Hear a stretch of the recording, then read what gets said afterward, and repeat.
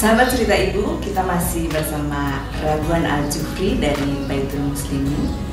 Kalau pada episode sebelumnya kita sudah bicara soal tabayun, kali ini saya mau tanya, kan sering sekali tuh saya dengar orang jangan gibah dong, jangan gibah gitu. Sebetulnya apa sih yang dimaksud dengan gibah itu? Oke, kalau begitu saya akan mulai dari sebuah cerita. Seorang anak menghadap kepada ayahnya. Dia berkata kepada ayahnya, mulai besok saya tidak akan pergi ke masjid. Kenapa? Tanya ayahnya. Karena di masjid terlalu banyak orang menggibah. Di sebelah sini kita duduk orang menggibah, di sebelah sini kita duduk orang juga menggibah. Lalu ayahnya menyuruh anak tersebut untuk mengambil gelas. Setelah mengambil gelas disuruh isi air. Nah, setelah airnya penuh, ayahnya memerintahkan anaknya untuk membawalah air itu untuk keliling masjid, jangan sampai tumpah. Setelah anak itu mengelilingi masjid dengan membawa gelas yang berisi air, lalu dia kembalikan ke ayahnya. Inilah gelas tadi. Ayahnya bertanya, tumpah enggak? Enggak. Selama kamu keliling membawa air itu, kamu mendengar enggak orang menggibah, orang ngobrol? Kamu mendengar enggak? Anaknya itu menjawab, saya tidak mendengarkan karena saya fokus di gelas ini jangan sampai tumpah. Jadi saya tidak mendengar apa yang orang sampaikan. Lalu ayahnya berkata, nah seperti itulah ketika kita tidak menggubris orang lain. Kita sibuk aja ketika kita berada di masjid, kita berzikir, kita beribadah tanpa menggubris orang yang melakukan gibah. Nah, dari sini kita mau tahu apa sebenarnya gibah. Jadi gibah itu menceritakan keburukan orang, menceritakan aib orang di belakang orang tersebut. Dan ketika orang tersebut mengetahui, dia tidak senang. Kok saya diceritakan? Itulah gibah. Mirip-mirip dengan gosip gitu. Nah, gosip.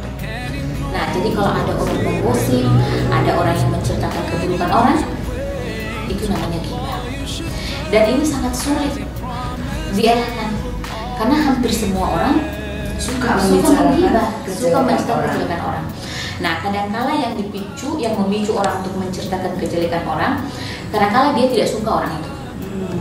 Dia tidak suka orang itu, dia lalu menceritakan ke orang lain untuk mencari teman agar untuk sama-sama tidak menyukai. Tetapi sekarang udah canggih cara gibahnya.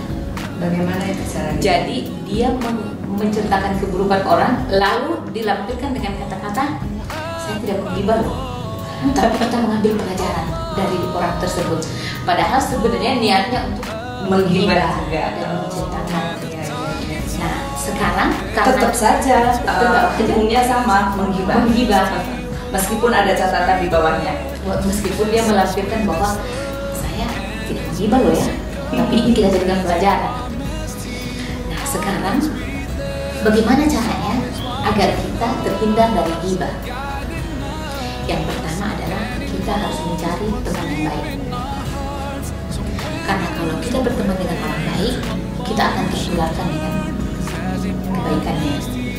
Nah, sama halnya ketika dalam sebuah hadis itu diceritakan bahwa ketika kita berteman dengan penjual parfum, penjual minyak wangi, maka kita pun akan menjadi wangi. Misalnya kita ingin beli parfum, walaupun kita tidak jadi membeli, tetapi wanginya pun sudah nempel. Apalagi kalau kita berteman. Nah, begitu pula ketika kita berteman dengan tukang las besi, maka baunya pun akan nempel ke kita. Jadi bertemanlah dengan orang yang baik. Terus yang kedua adalah kita harus menjaga lisan. Makanya ada disebutkan diam itu adalah emas. Ada juga dalam bahasa Arab disebutkan as-sukutu salam. Diam itu selamat. Ketika di sekeliling kita orang menggibah, kita diam. Jangan kita menyambung, kita berzikir. Dia tidak bercerita, kita beristighfar. Karena diam itu selamat. As-sukutu salam. Jangan kita nyambung. Terus yang ketiga adalah kita introspeksi diri. Emangnya kita sudah sempurna? Tidak ada manusia yang sempurna di dunia ini.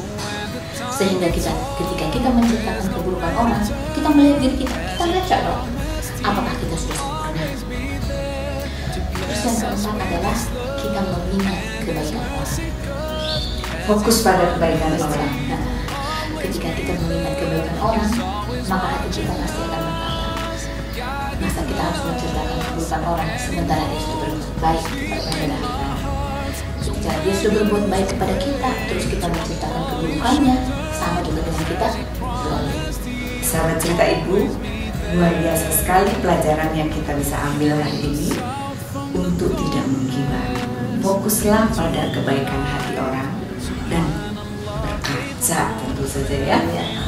Melihat introspeksi diri apa kita sudah sempurna, karena tidak ada manusia yang sempurna.